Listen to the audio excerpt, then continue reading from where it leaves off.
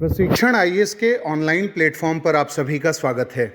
आज के एपिसोड में हम लोग चर्चा करेंगे भारतीय प्रधानमंत्री नरेंद्र मोदी सऊदी अरब की यात्रा क्यों कर रहे हैं, सऊदी अरब क्यों इम्पॉर्टेंट है और 2 दिवसीय यात्रा से क्या हासिल होगा।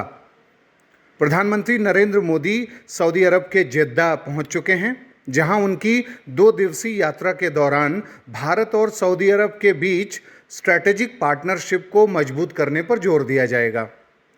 सऊदी अरब के F-15 लड़ाकू विमानों ने विशेष सम्मान के तहत प्रधानमंत्री के विमान को सुरक्षा प्रदान की, जो दोनों देशों के बीच गहरे रक्षा सहयोग का प्रतीक है। सऊदी अरब को भारत का एक मूल्यवान साझेदार बताते हुए पीएम मोदी ने कहा है कि भारत और सऊदी अरब न केवल अपने लिए बल्कि विश्व की शांति, प्रगति और समृद्धि के लिए एक साथ आगे बढ़ेंगे। प्रधानमंत्री मोदी ने सऊदी अरब को समुद्री पड़ोसी, विश्वसनीय मित्र और रणनीतिक सहयोगी करार देते हुए दोनों देशों के संबंधों में असीम संभावनाओं की बात की कि दोनों मिलकर बहुत कुछ कर सकते हैं, अलग अलग फील्ड में अपने कोऑपरेशन को बढ़ा सकते हैं। उन्होंने सऊदी विजन 2030 और भारत के विकसित भारत 2047 के बीच समानताएं रेखांकित की। यानी भारत के पास भी अपने डेवलपमेंट का एक खाका है फ्यूचर के लिए और सऊदी अरब के पास भी विकास का एक खांचा है। और उन्होंने कहा कि दोनों देश द्विपक्षीय निवेश संधि पर यानी बाइलैटरल इन्वेस्टमेंट ट्रीटी पर काम कर रहे हैं। उन्होंने भारत और खाड़ी सहयोग परिषद यानी GCC, गल्फ कोऑपरेशन काउंसिल जिसका सदस्य है सऊदी अरब, उसके बीच प्रस्तावित मुक्त व्यापार समझौते की भी सराहना की है। यानी भारत और गल्फ कोऑपरेशन काउंसिल के बीच में एक फ्री ट्रेड एग्रीमेंट प्रस्ताव किया गया है और जो GCC है इसमें सऊदी अरब, UAE, बहरीन, ओमान, कतर, ये सब कुवैत जैसे देश शामिल हैं। ये खाड़ी देश भारत के साथ आर्थिक मामलों में अपने संबंधों को और ज़्यादा मजबूती दे सकते हैं FTA के साथ। सऊदी युवराज मोहम्मद बिन सलमान के साथ होने वाली वार्ता में रक्षा, सुरक्षा, व्यापार और निवेश जैसे क्षेत्रों में सहयोग बढ़ाने पर प्रधानमंत्री मोदी फोकस करेंगे। पीएम मोदी ने सऊदी नेतृत्व की दूरदर्शिता और साझेदारी को मजबूत करने में उनकी भूमिका की प्रशंसा की है।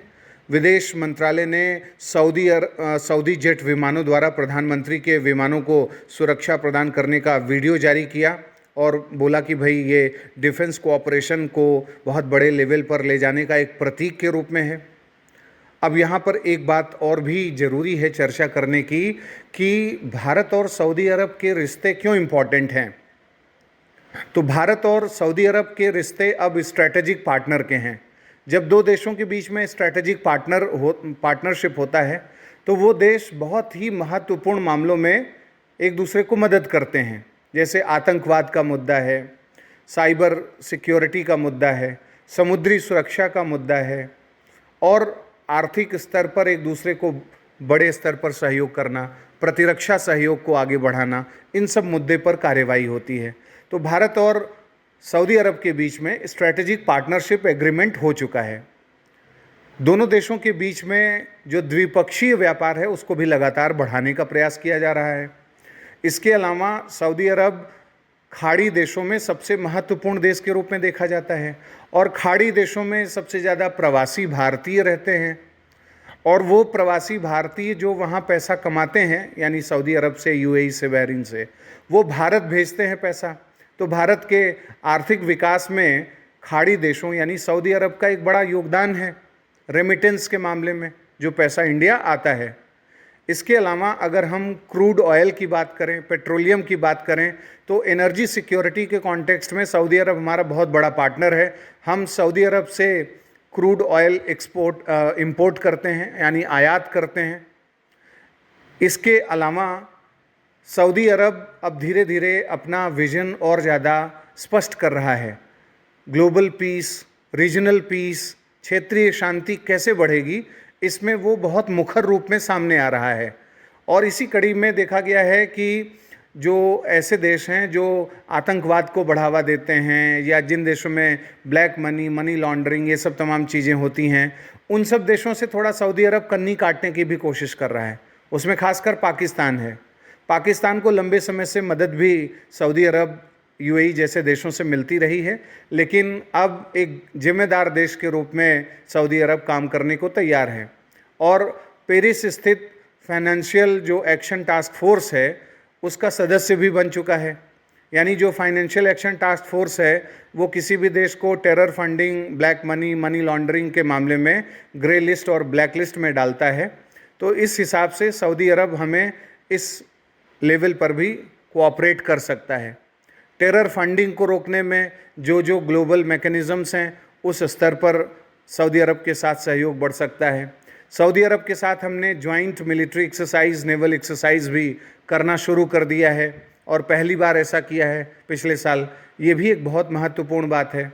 सऊदी अरब को हम लोग एक्सटेंडेड नेबर घोषित कर चुके हैं, यानी भारत का विस्तारित पड़ोस, ताकि हम सऊदी अरब से जो हमारे लाभ जुड़े हुए हैं, हित जुड़े हुए हैं, वो हितों को हम पूरा कर सकें। इसलिए भारत ने ये काम किया। सऊदी अरब के साथ साथ पूरे खाड़ी क्षेत्र को भी भारत ने एक्सटेंडेड नेबर घोषित कर रखा है।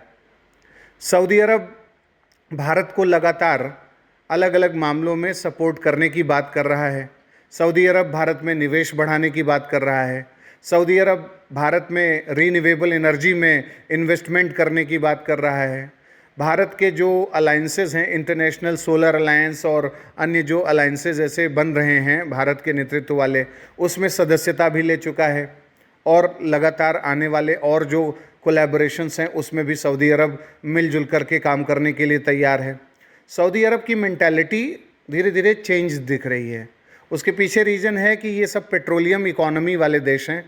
इनके यहाँ फॉसिल फ्यूल यानी कोयला, पेट्रोल, ये जो नेचुरल ऑयल है, इन सब का भंडार रहा है, लेकिन इसकी संख्या लिमिटेड है। यानी इसकी जो क्वांटिटी है वो सीमित है। एक निश्चित समय के बाद ये सब चीज़ें ख़त्म हो सकती हैं।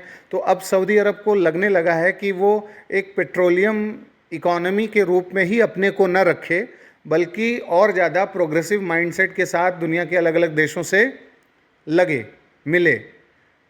अमेरिका के साथ उसके बहुत अच्छे रिलेशन रहे हैं, स्ट्रेटेजिक पार्टनरशिप भी रही है, लेकिन अब अमेरिका के साथ साथ और भी ऐसे जो महत्वपूर्ण देश हैं, यूरोप के देश हैं, उनसे भी सऊदी अरब अपने अच्छे रिलेशंस बनाने की दिशा में अग्रसर है।